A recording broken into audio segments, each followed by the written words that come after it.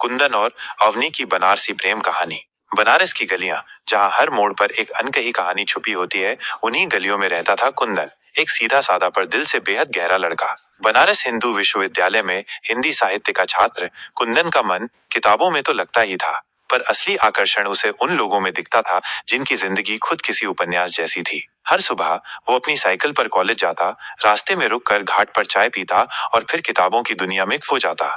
मगर वो दिन कुछ अलग था। सूरज की रोशनी गंगा पर ऐसे फैल रही थी जैसे आसमान भी कुछ कहने को बेचैन हो। वहीं कुंदन की नजर पहली बार अवनी पर पड़ी। सफेद सूती सलवार कमीज में वो घाट की सीढ़ियों पर बैठी किसी किताब में खोई हुई थी। चेहरा शांति से भरा हुआ, आंखें कुछ ढूंढ रही थीं। कुंदन वहीं ठिठक गया। न उसने कुछ कहा, न अवनी ने। बस एक खामोश नजदीकी ने जन्म लिया।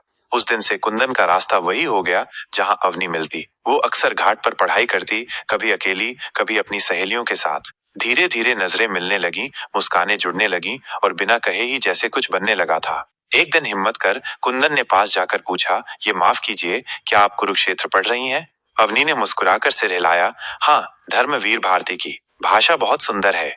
आपको हिंदी साहित्य पसंद है? कुंदन ने पूछा। बहुत, अवनी ने जवाब दिया। फिर हल्के से पूछा, आप भी पढ़ते हैं? जी, मैं वहीं पढ़ता हूँ, बीएचयू में, सेकेंड ईयर। अच्छा, मैं थर्ड ईयर में हूँ, शायद इसीलिए कभी देखा नहीं। उनका पहला संवाद यहीं से शुरू हुआ। कुंदन के लिए ये किसी कविता के पहले शेर जैसा था। दोस्ती से प्रेम तक का सफर। हर दिन दोनों एक दूसरे से थोड़ी और बातें करने लगे। साहित्य, संगीत और जीवन के फलसफे उनके बीच पुल बनते गए। कुंदन जो कभी खुद में खोया रहता था, अब अवनी की उपस्थिति में खुलने लगा। उसे अवनी की बातें आकर्षित करती थीं, उसकी दृष्टि, उसके विचारों का संसार और वो सहजता जिससे वो जीती थी। एक शाम गंगा आरती के समय दोनों घाट पर साथ बैठे थे। भीड़ थी, भजन की आवाज गूंज रही थी, दीप जल रहे थे। कुंदन ने धीमे से पूछा, तुम्हें कभी डर लगता है? अवनी कुछ पल चुप रही, फिर बोली, हाँ, जब दिल किसी के करीब जाने लगे और यकीन करने लगे कि शायद वो भी। वो बात अधूरी रह गई, लेकिन कुंदन समझ गया। उस रात के बाद उनकी मुलाकातों में एक अलग सहरन थी। नजरों में सवाल थे, मुस्कानों में जवाब। गंगा आरती की उस शाम के बाद कुंदन और अवनी की मुलाकातों में चुप्पियां बढ़ने लगी थीं, मगर ये चुप्पियां बोझिल नहीं थीं, बल्कि मीठी थीं, जैसे दो दिल बिना कहे सब कुछ कह रहे हों। घाट पर बैठना, किताबों पर चर्चा करना, कॉलेज के गलियारों में टकरा जाना अब आम बात हो गई थी। लेकिन अब उन लम्हों की खासियत ने कुंदन को बेचैन करना शुरू कर दिया था। कुंदन पहली बार अपने दिल की आवाज को पहचानने लगा था। वो अवनी से सिर्फ बातें नहीं करता था, वो उसे महसूस करता था। जब अवनी मुस्कुराती तो कुंदन को लगता जैसे पूरे बनारस का आसमान झिलमिला उठा हो। बारिश और अनकहे जज्बात।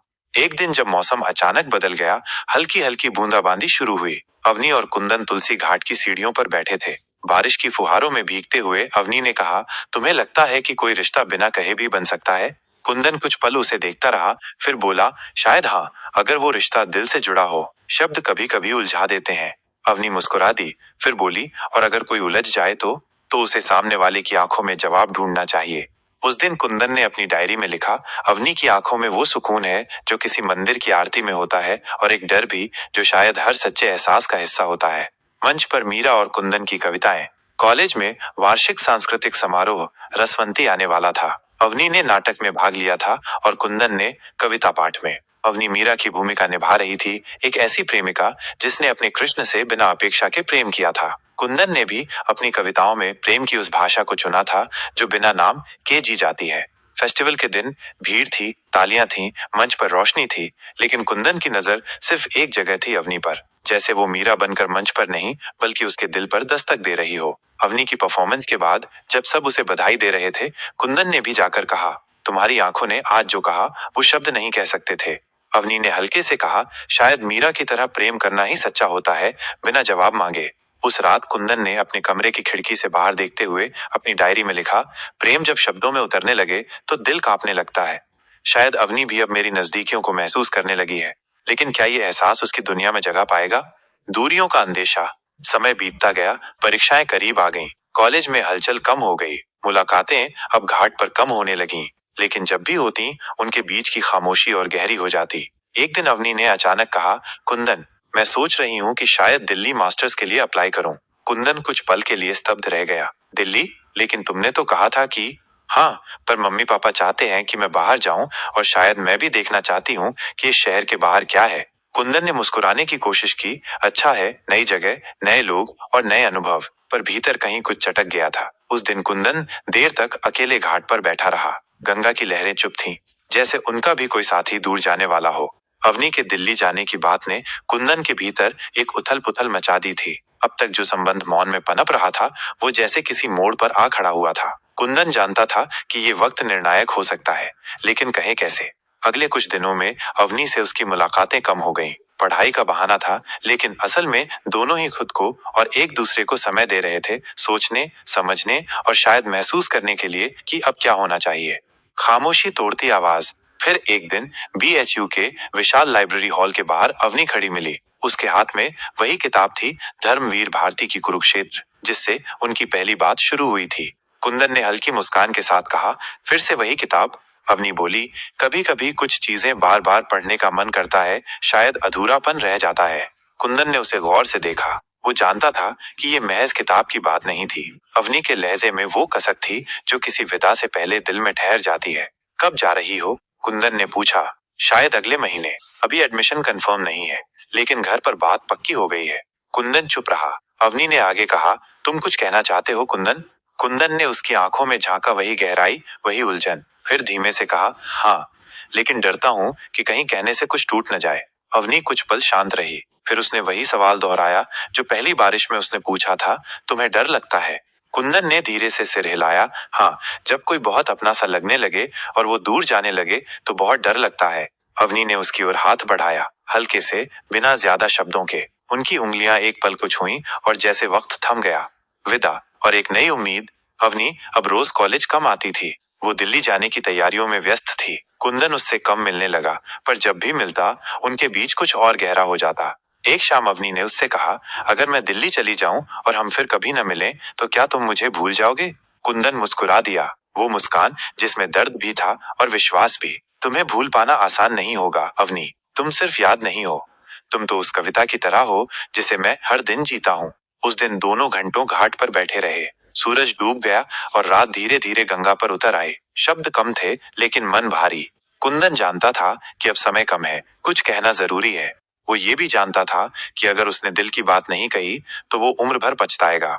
फिर वो दिन आया, अवनी का आखिरी दिन बनारस में। स्टेशन जाने से पहले वो घाट पर आना चाहती थी। उसने कुंदन को वहीं बुलाया। कुंदन पहले से वहां था। हाथ में कुछ कागज थे, उसकी कविताएं जो उसने अवनी के लिए लिखी थी।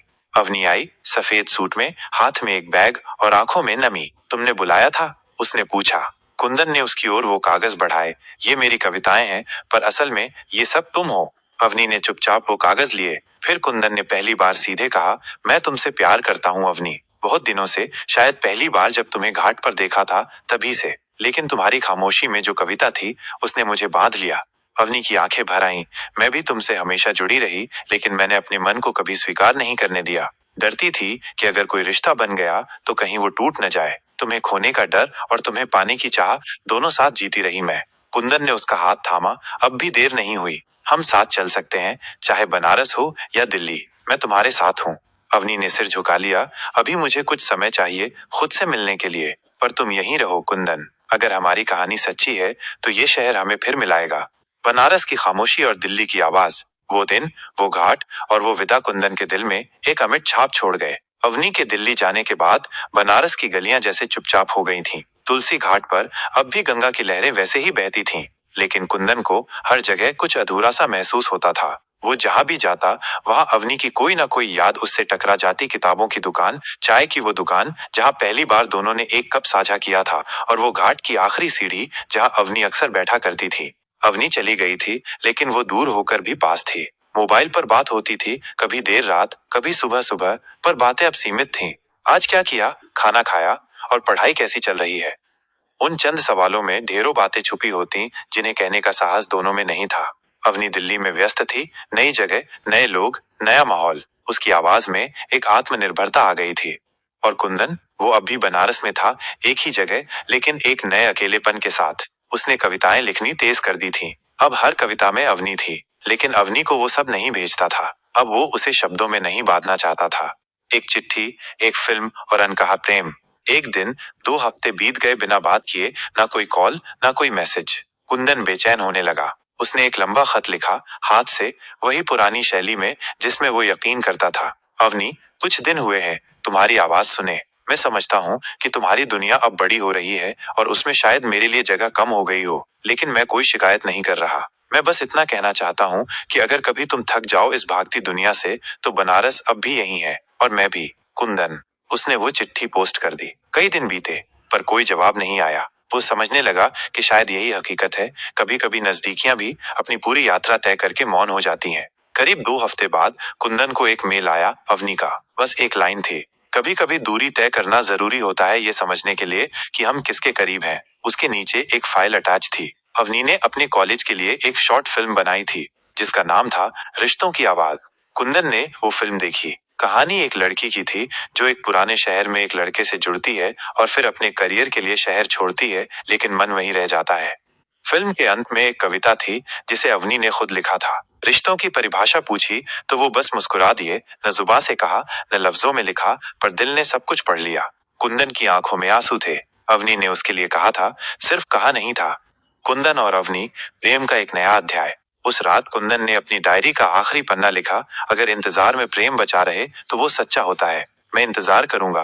पर अब वो सिर्फ प्रेम में डूबा आशिक नहीं रहना चाहता था। अवनी से जुड़कर उसे जो समझ मिली थी, उसे अब अपने जीवन में उतारना था। उसने तय किया कि वो भी मास्टर्स के लिए अप्लाई करेगा, और वो भी दिल्ली में।